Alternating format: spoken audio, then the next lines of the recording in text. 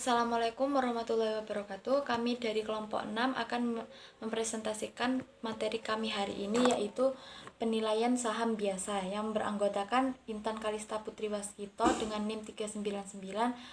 Yang kedua ada Herlian Windy Ativa dengan NIM 409, dan yang terakhir ada saya sendiri, Ratu Tamara Nur Aziza dengan NIM 416. Saya akan memulai materi hari ini dimulai dengan pengertian penilaian saham biasa. Pengertian penilaian saham biasa. Penilaian saham biasa adalah salah satu dari jenis saham yang ada selain saham preferen. Umumnya saham biasa tidak berbeda jauh dengan saham preferen karena saham preferen bisa juga disebut dengan saham campuran. Meskipun kelihatan sama antara saham biasa dengan saham preferen, tetapi karakteristik antara keduanya sangat berbeda.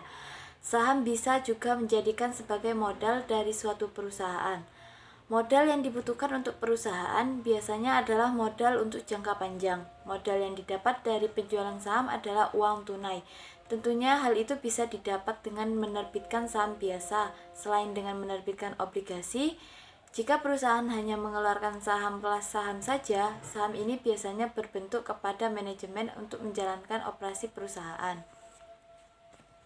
Yang kedua ada hak pemegang saham biasa. Yang pertama yaitu ada hak kontrol.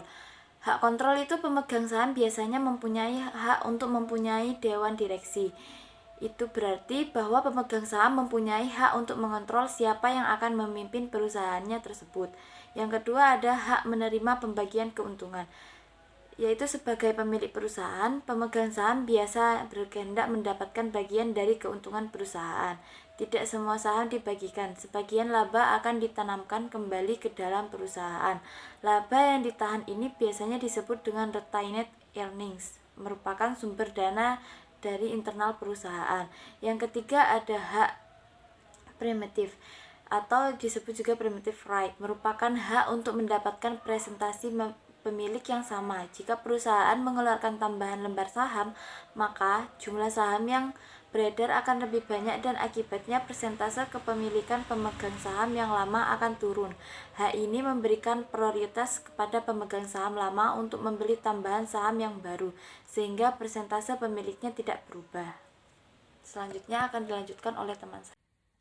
Selanjutnya, nilai saham. Pertama, nilai nominal. Nilai nominal dari suatu saham merupakan kewajiban yang ditetapkan untuk tiap-tiap lembar per saham. Kedua, agio saham. Agio saham merupakan selisih yang dibayarkan pemegang saham kepada perusahaan dengan nilai nominal sahamnya. Ketiga, nilai modal di sektor. Nilai modal di sektor merupakan total yang dibayarkan oleh pemegang saham kepada perusahaan emiten untuk ditukarkan dengan saham preferen atau dengan saham biasa. Selanjutnya ada model pertumbuhan dividen dipakai untuk model penilaian berbasis MDD. Pertama, model pertumbuhan nol atau zero growth model. Model ini berasumsi bahwa dividen yang dibayarkan perusahaan tidak akan mengalami pertumbuhan atau tetap dari waktu ke waktu. Dividen akan dipertahankan pada tingkatnya yang sekarang untuk seterusnya. Rumusnya, PV sama dengan D per K. Contoh soal, sebuah saham diperkirakan membayarkan dividen tiap tahun sebesar 500. Tingkat pengembalian yang disyaratkan adalah 20%. Hitung nilai intrinsik saham tersebut.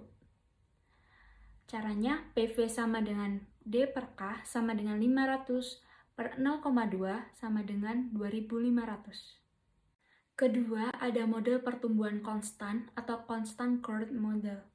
Persamaan model pertumbuhan konstan atau model Gordon bisa dituliskan sebagai berikut. Rumusnya seperti yang ada di bawah ini. Untuk contoh soalnya, sebuah saham dibayarkan dividen 500 dan diperkirakan dividen akan tumbuh 5% per tahun sampai tak terhingga. Jika tingkat pengembaliannya disyaratkan estor 20%, hitung nilai intrinsik saham tersebut. Untuk jawabannya, PV sama dengan D0 kurung buka 1 plus G kurung tutup per KS dikurangi G sama dengan 500 kurung buka 1,05 per 0,2 per 0,05 per sama dengan 3.500. Selanjutnya, ada model pertumbuhan tidak konstan atau non-constant growth model. Tahap-tahap perhitungan yang harus dilakukan untuk model ini adalah: 1. Membagi aliran dividen menjadi dua bagian, antara lain bagian awal yang meliputi aliran dividen yang fantastis, sedangkan bagian kedua adalah aliran dividen dengan pertumbuhan yang konstan. Kedua, menghitung nilai sekarang dari aliran dividen yang fantastis pada bagian awal.